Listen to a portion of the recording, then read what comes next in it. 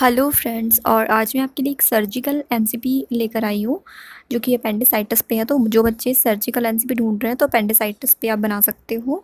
सबसे पहले एनसीपी में पेशेंट का बायोडाटा आपको लिखना है as it is.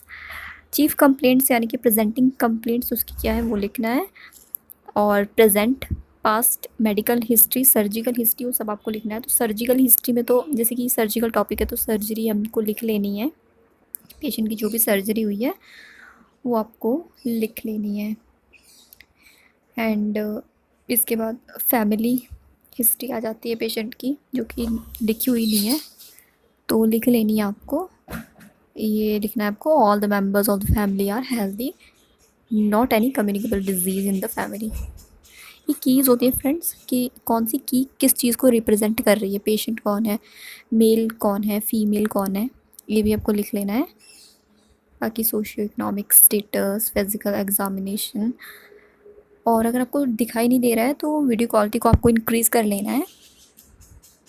And temperature में आपको लिखना है इंक्रीज़ और डिक्रीज्ड, ओके। स्मूथ मत लिखना, या तो टेम्परेचर बढ़ा होगा स्किन में या डिक्रीज़ हुआ होगा, ये नोट कर लेना है आपको। बाकी हेड लिख सकते हो, हेड में आप हेयर डिस्ट्रीब्यूशन में ये सिमेट्रिकल भी लिख सकते हो। ये इक्वल लिखा हुआ है वैसे तो, बट आप सिमेट्रिकल भी लिख सकते हो हेयर डिस्ट्रीब्यूशन में। एंड आइज़ में जो स्क्लेरा है ये आपको वाइट लिख लेना है, बिकॉज नॉर्मल स्क्लेरा जो है वाइट इन कलर होता है। बाकी फिज़िकल एग्जामिनेशन में आप एज इट इज़ लिख सकते हो। माउथ में, टीथ में कोई कैविटी है तो वो लिख लेना है, वरना आपको नॉर्मल लिख देना है। Neck and chest, thyroid gland enlargement है तो वो ऐसा लिख लेना है। चेस्ट में कोई साउंड, वीजिंग साउंड है, कफ है तो प्रेजेंट लिखना है, नहीं तो एब्सेंट लिख देना है। एब्डोमेन में 4 स्टेप्स आते हैं, ये इसके आपको लिखना है। ऑस्कल्टेशन जो कि स्टैथो से करी जाती है। लास्ट में जेनाइटल एरिया का फिज़िकल एग्जामिनेशन होता है।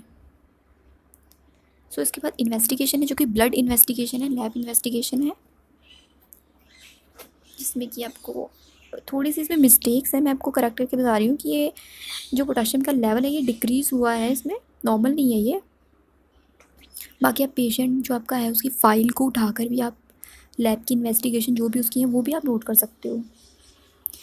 एक और मिस्टेक है इसमें कि जो हीमोग्लोबिन होता है वो ग्राम पर डीएल में होता है, मिलीग्राम में नहीं होता ये, ठीक है, ये मत लिखिएगा। ग्राम पर डीएल में इसकी जो यूनिट होती है वो लिखी जाती है। उसके बाद मेडिसिन होती हैं कि पेशेंट को ज़्यादा मेडिकेशन चल रही है, तो अपेंडिसाइटिस है तो उसको एंटासिड मेडिसिन ज़्यादातर चलती हैं, एंटीबायोटिक भी चलती हैं। सो हम यहाँ पे जो एग्जैक्ट एक्शन है दवाई का वो लिखेंगे। थोड़ा सा इसमें एक्सप्लेन भी किया गया है तो ये भी अच्छा है, आपको समझ में आ जाएगा अच्छे से। बट आपको एक्शन में जो होता है एग्जैक्ट एक्शन लिखना होता है, जैसे कि antacid, antiemetics, antipyretic, analgesic, इस टाइप से। सो पैरासीटामोल सबको पता है फीवर के लिए होती है, तो ये एंटी पायरेटिक भी होती है वैसे तो, फिर से दर्द भी कम होता है, तो अनाल्जेसिक भी इसको लिख सकते हैं हम।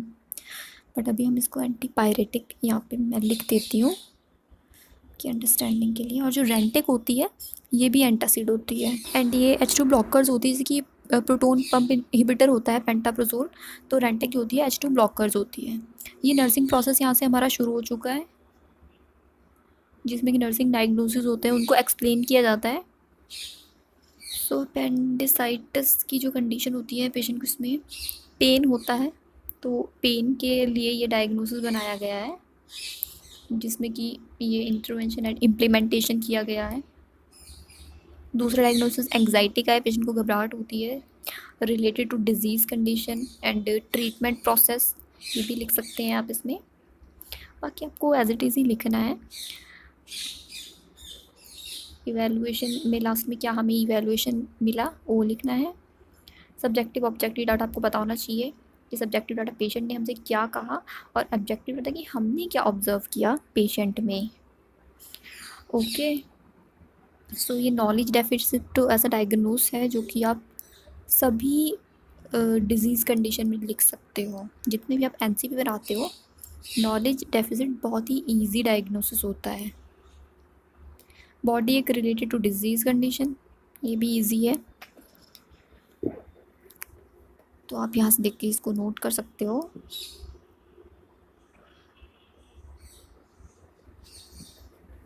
कुछ अगर आपको एनसीपी समझ नहीं आता तो आप हमें कमेंट बॉक्स में कमेंट कर दीजिए, मैं आपको रिप्लाई वहीं कर दूँगी उसका, जो भी आपको चीज़ें क्लियर नहीं होती हैं।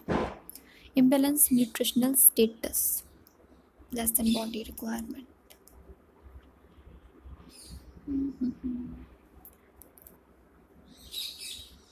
तो न्यूट्रिशन पैटर्न कैसे ठीक हो सकता है, उसकी इंटरवेंशन इसमें आएंगी। स्लीपिंग पैटर्न डिस्टर्ब है पेशेंट का, रिलेटेड टू न्यू एनवायरनमेंट, या फिर हॉस्पिटलाइजेशन भी आप लिख सकते हो, related to hospitalisation. Sleep disturb हो जाती है कहीं दूसरी जगह पे हम जाते हैं अगर, हॉस्पिटल में तो वैसे भी नहीं आती नींद, तो उसके लिए क्या इंटरवेंशन करी जाएगी वो आपको नोट करना है। क्या आप इम्प्लीमेंट करते हो इंटरवेंशन, कोई हम आगे इम्प्लीमेंट करते हैं वो लिखना है। क्या इवैल्यूएशन रहा ये हम देखेंगे। तो ये 5 डायग्नोसिस हो गए, आप यहाँ से नोट कर सकते हो, बहुत ही ईजी हैं। और लास्ट में आती है बिब्लियोग्राफी। बाकी मेरे पास आपकी चॉइस के टॉपिक हुए तो मैं वो अपलोड कर दूँगी।